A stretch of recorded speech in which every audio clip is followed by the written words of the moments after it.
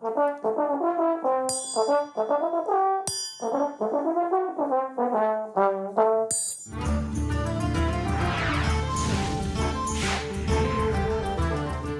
everyone, my name is Zoe and I am joined by Falcone, who will be hosting the Hearthstone Global Games review together with me, and we will be bringing you up to speed on everything HCG related. We have recaps, highlights, we have some fun activities and exclusive interviews. Today, for our very first show, we're going to have a chat with the first Hearthstone World Champion, who is also representing Team USA in the Hearthstone Global Games. It's Firebat. And we also get to see Taurus playing some trombone.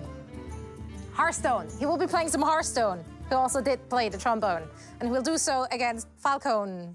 You recently joined brand new team Omnislash along with Brian Kibler of Brian Kibler Gaming, who joined just a few weeks before you. How do you feel about the transition? I feel really smooth about the transition. Omnislash works with me to create a lot of content, which is something I really like doing. We make a lot of videos. I'm able to do pretty much whatever I want. Like, I'm really free with my schedule and can go to events. I can run tournaments with them if I want. So it's been a really smooth transition, and it's kind of different than a competitive team, and it really fits what I want to do with the game. So I have been told that you have a special, let's call it, relationship with eating eggs prior to certain tournaments. I am not sure if I'm going to regret this question, but can you tell us about that? Right. So in 2015 was when I had my biggest win streak ever, and I was able to win 2 tournaments back-to-back and then get 2 second places right after that. So I had this huge win streak. And at all of those events, there was a caster called Nimsh, and at every morning we ate breakfast together, and I always had the eggs, and I always got sick immediately after, but then I always did well in the tournament. So it started becoming like a tradition. For some reason, every single time I got sick after I ate eggs, I won that tournament. Would you advise new players to eat foods that make them sick to get better at Hearthstone? I guess so. It worked for me. It's good advice. Thank you so much. Well, in the meantime, you're also representing Team USA in the Hearthstone Global Games, along with Amnesiac, Dog, and Hot Meowth. How does it feel to be not only representing yourself, but your country? I'm really proud to represent my country. You know, there's a lot of people that kind of say the EU better than NA argument. And in the United States, we kind of take that personally. Sure, there's like a lot of other countries in North America, but we feel targeted by that, and we want to prove Europe wrong. And we feel like we're doing a pretty good job so far. And we're going to try and continue doing that. So would you say there's a lot of added pressure there, or is it a little bit more chilled out because you've got a team behind you? There's definitely more pressure when you're working with a group because you don't want to let anybody down. You carry, you know, their weight on your shoulders.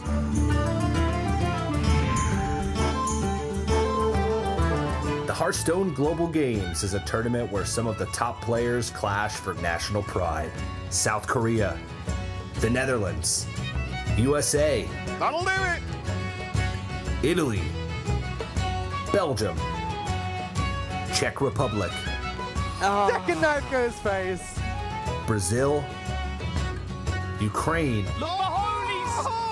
Many other teams have made their way into the round of 24, proving they have what it takes by fighting their way through Phase 1 of the Hearthstone Global Games. There were tons of exciting moments throughout the event. You can get the so Get so furious, that would be absolutely massive if he does. Yes! Be sure to join us for Phase 2 of the Hearthstone Global Games starting on June 20th. And we've seen a lot of new players with the HCG, and also we've seen a lot of interesting deck building throughout the tournament. Have there been any favorites so far, which you've seen in the HCG?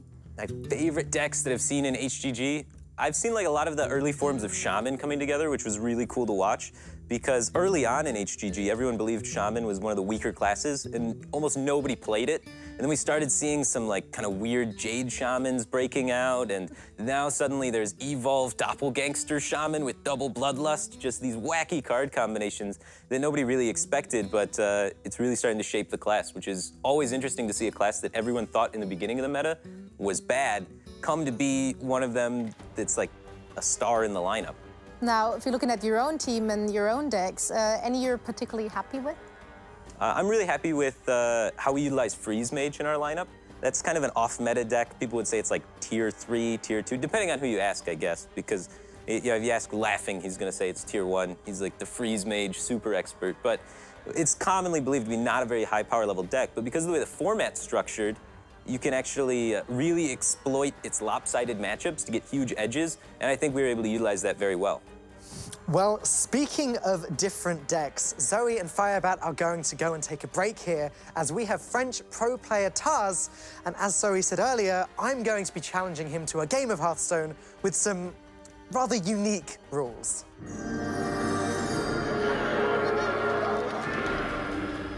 I hear, Taz, that Yogg-Saron is one of your favorite cards. It is my favorite card. I love this card. I played it a lot. I was the first one to play it in a tournament. I'm so sad it has been nerfed because it was so fun to play and to win everything with Yogg, but yeah, it was too strong, so it's okay. Well, that is great news because I challenge you to praise Yogg. We're each going to play a deck with at least 27 spells in it. Oh, I will play 29. Well, I will play 2 fiery bats to honor our American guest here. And the only other rule is as soon as you get the opportunity to play Yogg-Saron, you've got to play him. You ready to go? I'm ready. What should I play? Renounce Warlock? No, I will play Paladin, I think. So, let's go. I will put just Yogg.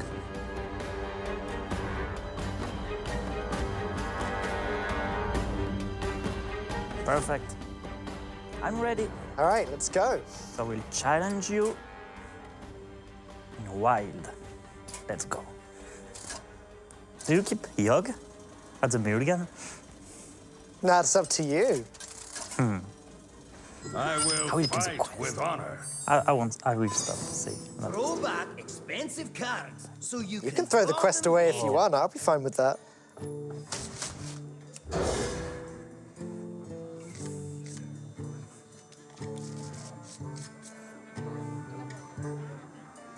Hope you've got lots of card draw in your deck to make sure that you pick up that Yogg. No, I don't have because I will draw it on turn 10. As soon as I will need Yogg, I will draw it. Is that how it works? Yes. Okay. You need to believe in your card. There's my boy. Whoa, the fiery bat. It's okay. You know, I will have a really good card next turn. Reporting for duty. Huh, that one's pretty annoying, actually. Oh, yeah. What do you think I have? Hounds? Dogs? No. No! Poor shot. Doesn't deal with your weapon, though. Surprise. Oh, snake trap. You can buff my minions if you like. That works for me. No, that doesn't work with my quest. I know it doesn't, but you can still do it. It's totally cool. For justice. Let's play this. And let's adapt 5 times. Oh, this is really bad news. This is bad. All right. Let's go. Is this your ritual before you play it? Do you do this every time? Yes. You know, Like, just praise Yogg. you have a Yogg dance? I'm ready. I just won't even look. You won't look? I will. Okay, I will. Oh, not bad. Nice. What? Crackle face. Own face. Okay, all right, sure. Well, Why is he killing off on my wisp? Don't give it. I don't think this Yogg's gonna die anytime soon. No. Yeah, build up the overload. I like this. If you can just like cast 8 more crackles and not have any mana to play anything next turn, that'd be great. Made the rules very clear to this one. Let's go. Oh. Malux? Nope. Okay then. All right. Don't kill yourself, Yogg. Dude. No! Nice. What? Wait, does it? No, it does stop. Oh, Stop. He died. that is so unfair. And I will win with Yogg. Just like this. I am not okay with this. Your Yogg-Saron did like all of the things, Yes. killed all of your own minions. Because I am the Hit me. Yogg-Saron master. My Yogg. He listens to me. First spell my Yogg cast did nothing. Summoned no Murloc. Second one, killed himself. It's okay, you know. Winning is not all that matter. A friend of mine says that. Nice. Nice. Well played. Good luck next time. Well, that matchup was pretty wild. Yeah, sorry, had to go there. Either way, Falcone, any comments, any remarks, any excuses you want to make? I guess today the old gods were looking down on Tars, not me, unfortunately. I'll get him next time. Anyways, let's settle down and get back to business here. Firebird, would you say that deck building for the Hearthstone Global Games is different to how it is in the other tournaments such as HCT? Yeah, deck building is definitely very different in the Hearthstone Global Games than it is in HCT because the format's just so different. You're bringing all of the classes and you're kind of pairing them on a specific player, and then the player has to choose, once they see their opponent's classes, what they are going to play, which allows you to have a lot of interesting deck building choices with your kind of off-the-wall classes, where you can use them to counter if specific situations arise. Okay, and something that we've seen a lot over the last couple of months are teams putting Warlock as their ace class. Do you think that's a good move? I don't think putting Warlock as the ace class is a good move at all. I think it really limits your possibilities for mind games, because there are some classes that people will always play no matter what the deck is paired with. And for example, Druid is one of those classes. Pretty much every player, whenever they have Druid, they ignore the second class. So I like putting Warlock in that slot, so then when it comes down to the player that has the ace match, he has 3 decks, so the opponent is kind of kept guessing. So they know you're gonna play your first class, and then when it comes down to the ace match, they know exactly what class you're gonna play, so their selection is a lot easier against that. We've been able to win a lot of ace matches exploiting that from people just because we know their deck selection. You guys are always on voice, right, during the games. Yeah. Now, how does it actually affect the way you play a game if you have 3 other players in your ear participating in every move you're making? It's very difficult if everyone is talking over each other and all talking at once, so you need a sense of order. A lot of players have different kind of positions or roles during the game, and we kind of all do our part to help each other without hurting each other, because if everyone tries to just shout out their game plan, it's gonna get really confusing really quick. I'm trying to just maintain order. I think that's a very important role. I'm kind of like the team mom, if you will. So does it matter in terms of your team plan who's actually in control of the mouse, or do you maintain the same roles regardless of who's playing? We maintain the same roles regardless of who's playing. So we play as a team. It doesn't matter who we're up against. We're all kind of keeping the same roles, and we're all piloting the deck together. There's not really any individually or the person with the mouse overruling everybody. We almost always come to a consensus on the play. Did you ever run out of time on your turn because everyone had to tell all the other players their thoughts in the best possible play? We have ran out of time on one turn, but it was a Lyra turn, which is, those are time-consuming turns, right? It generates a lot of cards and there's a lot of action going on, things happening. But I think we would have ran out of time even if it was just one person playing, because at that point in the game, we had Lyra with 2 Radiant Elementals down, and I think Amnesiac played 50 cards that turn. Like, honestly, I'm surprised his mouse didn't catch fire. Like, it was pretty crazy. Now, you and your team, you were actually the first team to qualify for the round of 24. Did you expect that outcome when the groups have been drafted and you saw who you were up against? We saw that there was some tough competition, so you know, you can never really expect to be first place in Hearthstone. I would say we expected to qualify and we expected to do well, but we didn't expect as dominant of a performance as we happened to have.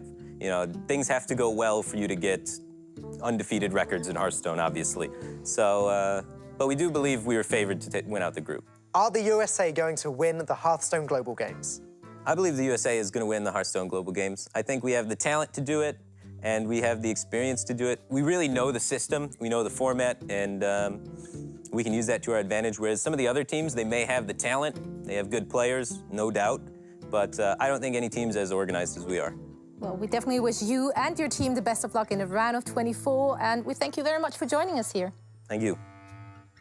So, there you have it. Thanks a lot for joining us. Make sure to come back in early July when we are here in the studio to review the conclusion of the round of 24. And in the meantime, make sure to head on over to the link you're seeing on your screen right now to find out when and where you can watch. Really? Really? Yeah.